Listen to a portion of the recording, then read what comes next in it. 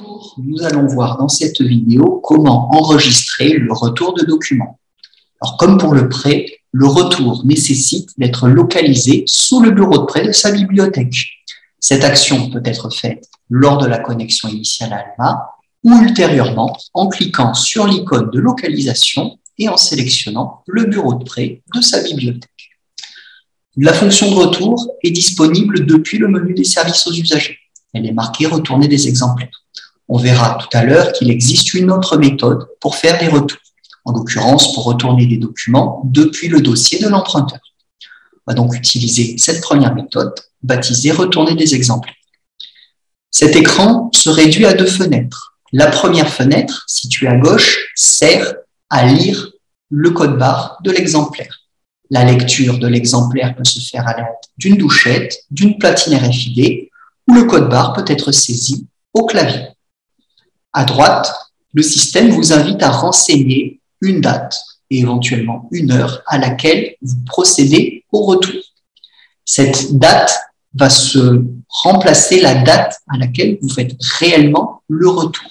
Autrement dit, on outrepasse la date du jour. Ce cas est utilisé, par exemple, quand on veut faire le retour des documents qui ont été rendus dans la boîte à livres durant le week-end. Le document a été rendu le samedi, le dimanche, jour de fermeture de la bibliothèque. Et donc, on va considérer que les retours ont été effectués à la date du vendredi, par exemple, du vendredi soir, ce qui garantit aux usagers qui ont rendu leurs documents pendant le week-end de ne pas être pénalisés s'ils étaient potentiellement en retard le lundi. Alors, on ne va pas utiliser cette fonction, on va se contenter, nous, de faire un premier retour ici. Un retour très basique, puisque c'est un document qui appartient à la bibliothèque pour laquelle je travaille et depuis laquelle j'ai fait l'opération. Comment je le sais? Tout simplement parce que l'étape indiquée comme étape suivante, c'est celle de la remise en rayon du document dans son emplacement d'origine. Alors, dans le catalogue, l'exemplaire est immédiatement marqué comme en rayon. Donc, cette information est simplement à destination des bibliothécaires pour qu'ils sachent ce qu'ils ont à faire, et en l'occurrence, donc, pour qu'ils sachent qu'ils ont à ranger le document. Pour le reste, on voit un récapitulatif du titre, de la date à laquelle le retour a été effectué, de la date de retour initialement prévue, le code-barre de l'exemplaire, la date à laquelle le prêt a été effectué et l'indication du lecteur, plus évidemment la mention de la bibliothèque. Comme pour le prêt, ces éléments peuvent être personnalisés. Cliquez sur le bouton écran pour ajouter, enlever des colonnes et vous avez la possibilité, par cliquer-glisser, de modifier l'ordre d'affichage. Comme pour le prêt, quand vous utilisez un compte partagé à plusieurs, eh bien, les éléments de personnalisation vont s'appliquer aux autres personnes qui utilisent le même compte. On va faire un deuxième retour, ne présente pas de caractéristiques supplémentaires par rapport au premier. Le deuxième retour vient d'être effectué. C'était d'ailleurs un document qui appartenait au même lecteur. Alors, on va procéder à un autre retour. Voilà, un troisième pour un document qui est situé dans une autre localisation. On pourrait multiplier ainsi les exemples à l'envie. On va faire cette fois un retour un petit peu différent parce qu'il s'agit d'un document qui appartient à une autre bibliothèque que celle pour laquelle j'effectue l'opération. En l'occurrence, on me dit que ce document-là est à mettre en transit à la bibliothèque universitaire d'Albi. Je dois confirmer que j'ai bien pris en compte ce message et je vois effectivement que l'étape suivante, c'est envoyer le document à Albi et j'ai la confirmation effectivement que la bibliothèque propriétaire de ce document est la BU d'Albi. Le retour a bien été effectué, il n'est plus sur le dossier du lecteur, mais l'exemplaire, pour autant, n'est pas en rayon. Dans le catalogue, il est indiqué comme étant en transit. Il sera remis en rayon une fois scanné à la BU d'Albi. Ces cas de figure de documents mis en transit vers une autre bibliothèque sont très fréquents quand on reçoit en retour un document qui appartient à une autre bibliothèque. Dans d'autres cas de figure, on peut aussi avoir des documents qui appartiennent à sa propre bibliothèque, mais qui sont mis en transit vers une autre parce que, par exemple, ils ont été demandés à la réservation dans une autre bibliothèque. Ces cas sont plus rares, mais ils peuvent arriver.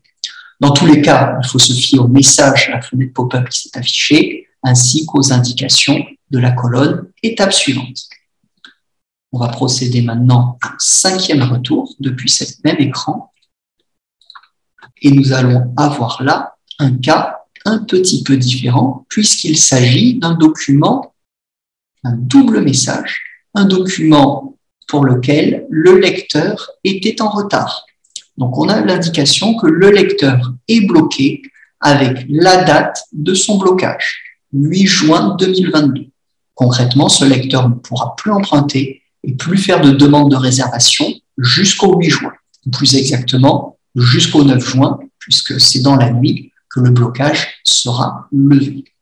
Donc, le lecteur est bloqué parce qu'il était en retard. Donc, son blocage est d'une durée égale à celle de son retard.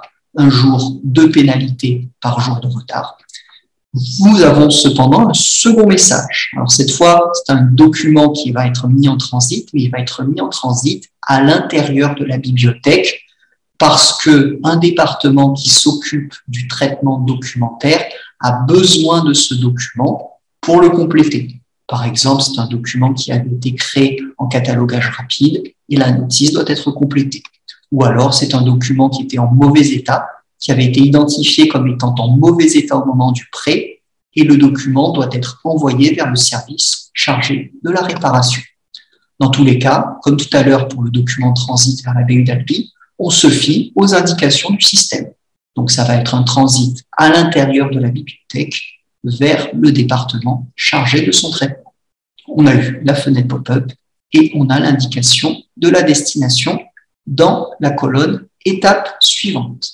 Il existe une autre méthode pour faire des retours. Cette méthode, comme il a été indiqué au début, c'est de passer par le dossier de l'emprunteur, en l'occurrence de la personne qui rend des documents. Donc, on va utiliser la fenêtre service aux usagers, celle qui est utilisée pour faire des opérations de prêt. Il existe en effet un onglet retour. C'est depuis cet onglet qu'on va pouvoir enregistrer les retours de notre lecteur. Alors, rien de plus simple, il suffit de scanner. Vous voyez par contre qu'il n'est pas possible ici d'outrepasser la date de retour. L'utilisation de cet écran peut être pertinente si l'usager a à la fois des documents à emprunter et des documents à rendre. Vous pouvez passer comme ça facilement d'un onglet à l'autre. Alors, le retour a été effectué, mais j'ai un message particulier qui n'est pas du tout propre à cette fenêtre, on aurait pu la voir sur l'autre écran.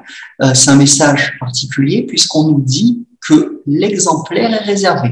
On all shelf, ça veut dire que l'exemplaire doit être mis de côté sur l'étagère des réservations parce qu'il y avait une personne qui en avait fait la demande pour un retrait dans la même bibliothèque. Donc, le document est bien rendu, mais comme tout à l'heure, on avait des indications à ranger, à mettre en transit, et bien là, cette fois, nous avons l'indication que le document est à mettre sur le rayon des réservations. Donc là, on a fait le retour de ce document et on va faire le deuxième retour. Celui-là tout à fait ordinaire puisque l'étape suivante est celle de la remise en rayon. Alors, vous avez la possibilité éventuellement d'envoyer un reçu, donc un récapitulatif des documents qui viennent d'être retournés. Le récapitulatif en question sera envoyé sur l'adresse mail identifiée comme l'adresse mail privilégiée par le lecteur.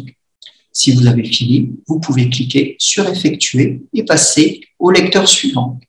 Voilà pour le retour des documents dans Alma.